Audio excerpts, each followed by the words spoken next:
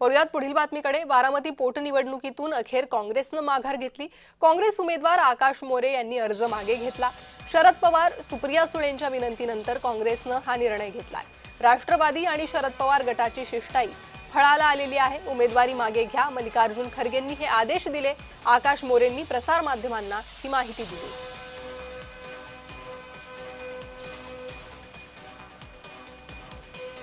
एकंदरीत भावनेच्या अनुषंगानं किंवा एक मोठा नेता गमावल्याच्या अनुषंगानं जो विचार समोर आला आणि त्या निमित्तानं महाराष्ट्राला कुठेतरी एक संवादाचं, सभ्यतेचं एक उदाहरण कुठेतरी स्थापित करण्याच्या अनुषंगानं या निवडणुकीमध्ये आम्ही आमचा उमेदवार जो आहे तो तिथे बारामतीमध्ये उभा राहणार नाही, करिता आम्ही आमच्या उमेदवाराची माघार जी आहे ती घेत आहोत।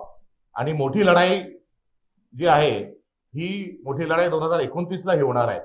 ही सभ्यतेच्या, सुसंस्कृतपणाच्या अनुषंगानं या निवडणुकीतून आमचे जे उमेदवार आहेत आकाश मोरे हे माघार घेतील अशा प्रकारची त्यांना सूचना देण्यात आलेली आहे। आज आम्हाला 2 पावलं ही सभ्यतेच्या अनुषंगानं कुठेतरी मागे घ्यावे लागत असले तरी 2029ला बारामतीमध्ये काँग्रेस पक्षाचा आमदार राहील ही या निमित्तानं मी आपल्या सर्वांना ग्वाही देतो।